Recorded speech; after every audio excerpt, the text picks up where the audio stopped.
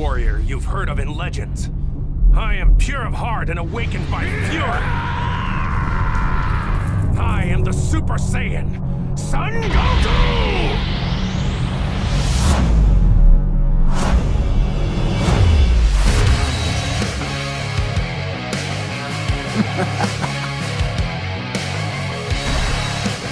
Let's go!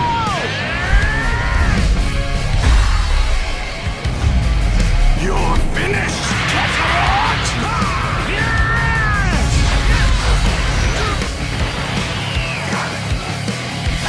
You and this whole planet are done for!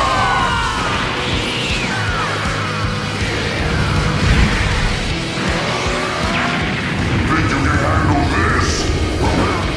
It ends now! Now I'm mad, Frieza! You will know your place, you filthy Saiyan!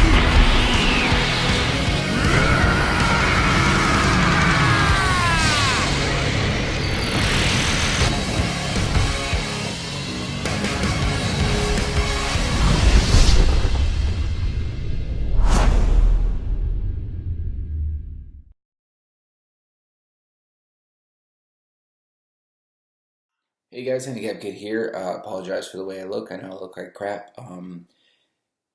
Stayed up pretty late, got up pretty early so I could play this game before work and get this video all done. So anyway, Kakarot. Dragon Ball Z Kakarot. First impressions. So far, it's pretty detailed in the story. I grew up on Dragon Ball Z. I love Dragon Ball Z. It's got some problems, of course. Combat's pretty easy. Not too complicated, which is always a fear. My opinion with Dragon Ball Z games is make some of the controls too complicated and then just makes it unfun to play. Open world is actually a lot of fun. The characters so far I've only played up. I've just finished the Saiyan Saga, so you got to go up and you got to train your characters up and stuff like that. They made this game very good for getting ready for the battles. What I mean is you get to choose when to do it. It's not, da. It's not very quickly through it. It's not one episode, next episode.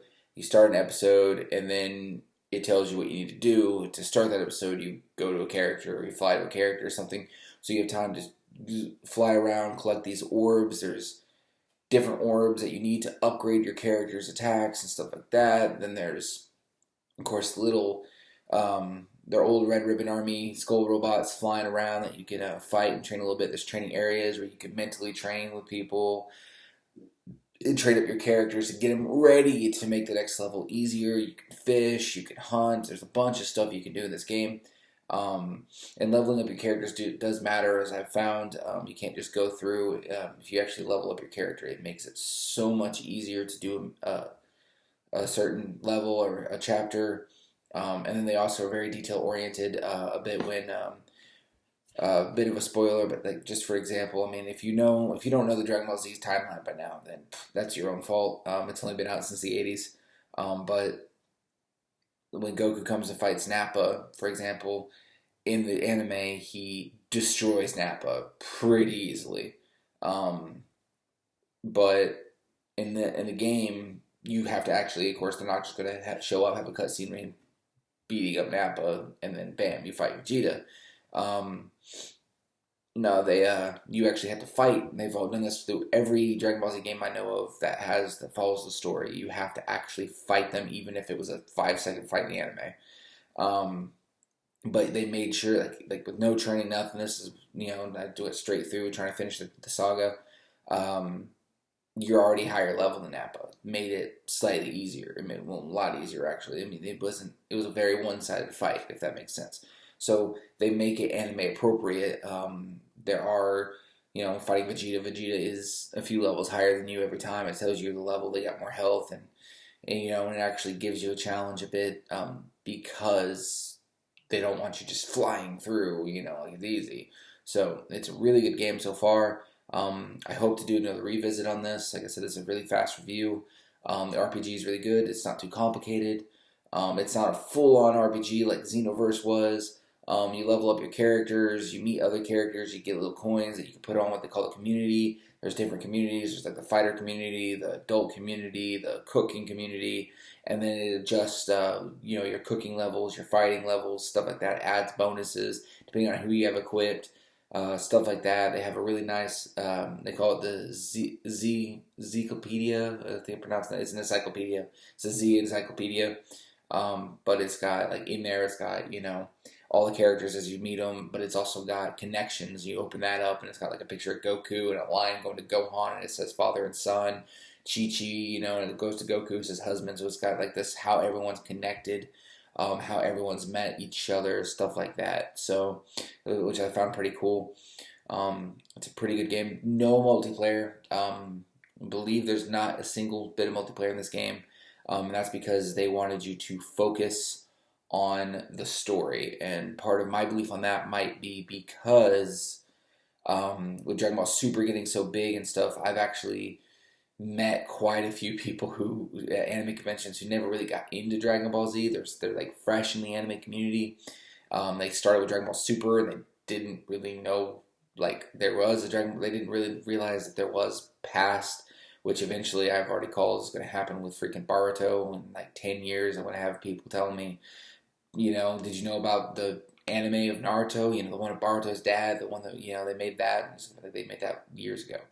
But anyway, moving on. So, this is very story-oriented, which I enjoy. There's not very many story-oriented games anymore. Everyone focuses on multiplayer, which, don't get me wrong, I love multiplayer. I love playing with other people. I love playing with my friends. However, every once in a while, when I'm not in a social mood, us weebs and whatnot, I don't like to be social. I go to work, I go to teach.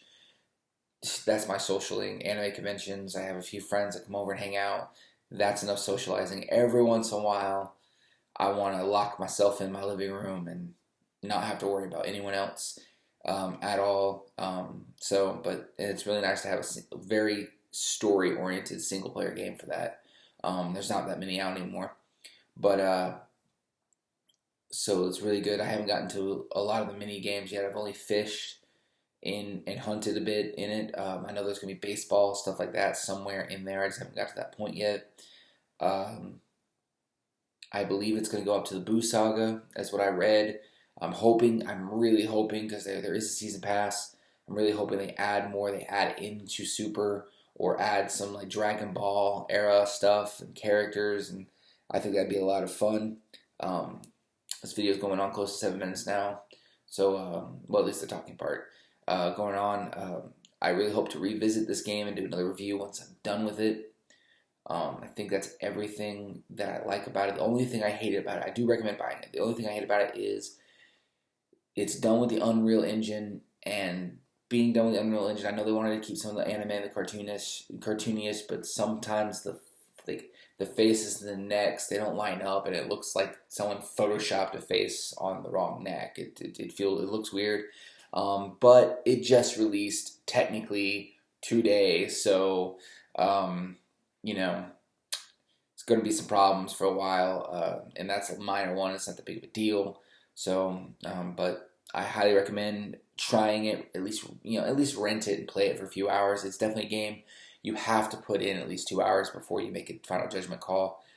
So, all right, guys, this is Handicap Kid. Once again, I'm going to sign off. Make sure you hit that like and subscribe button. Hit that notification bell so you get notified when I upload a new video. All right, guys, don't forget about Yogure Con coming up. I believe it is in July. I will put the dates down below. I will be there. Of course, I'm going to be staff. I'm not a guest or anything. I will be making an announcement of their guests pretty soon. Can't do it just yet.